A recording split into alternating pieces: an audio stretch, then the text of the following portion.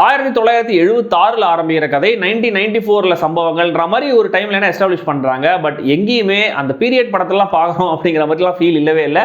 Landline ஃபோனை use பண்றாங்க அவ்வளவே. ஏன்னா மொபைல் யூஸ் பண்ணா படம் ஈஸியாக முடிஞ்சிடும். அதனால தான் மற்றபடி எந்த டீடைலிங் இந்த படத்தில் கிடையாது. ஏன் 1994 நடக்கிற மாதிரியான ஒரு சீன்ல கூட கேலண்டரில் 1976 டேட் இருக்கு. அந்த லெவலில் தான் கவனிச்சு பண்ணியிருக்காங்க. வருத்தப்படாத வாலிபர் சங்கம் இன்னும் இயக்குனர் பொன்ராம ஹான் பண்ணுதுன்னு நினைக்கிறேன். அதுலேருந்து நிறைய சீன்கள் மாதிரி எடுத்து, ஆனால் அதை மாதிரி இருக்கக்கூடாது, அதை கழிச்சு போட்டு என்னென்னமோ பண்ணியிருக்காங்க. பட் சுத்தமாக ஒரு சீன், ஒரு காமெடி, ஒரு எமோஷன் தக்குண்டு கூட ஒர்க் ஆகலை. ஹீரோயினுக்குன்னு உருப்படியான ரோல் ஒன்று கதையோட வர மாதிரிலாம் யோசிச்சிருக்காங்க. பட் யோசிச்சிருக்காங்க அவ்வளோதான். மேற்கொண்டு அதை டெவலப் பண்ணாமல் எழுதாமல் சம்பிரதாயமான ஒரு ஹீரோயினாவே ட்ரீட் பண்ணியிருக்காங்க. அண்ட் இந்த படத்துடைய திரைக்கதை எழுதப்பட்ட விதமே ரொம்ப வியர்டா இருந்தது. இன்டர்வல் வரைக்கும் ஜஸ்ட் இந்த ரெண்டு கேரக்டர்ஸோடைய பிரதாபங்களை மட்டுமே காட்டுற மாதிரி காட்சிகள் வந்து போகுது. இன்டர்வலுக்கு மேலே தான் மெயின் வில்லன் சுஜித் சங்கர் கேரக்டரே வராரு. ஸோ அங்கே இருந்து தான் கதைங்கிற மாதிரி ஒன்று ஆரம்பமாகுது. அந்த அளவுக்கு கொஹரன்ஸே இல்லாத ஒரு ஃப்ளோ.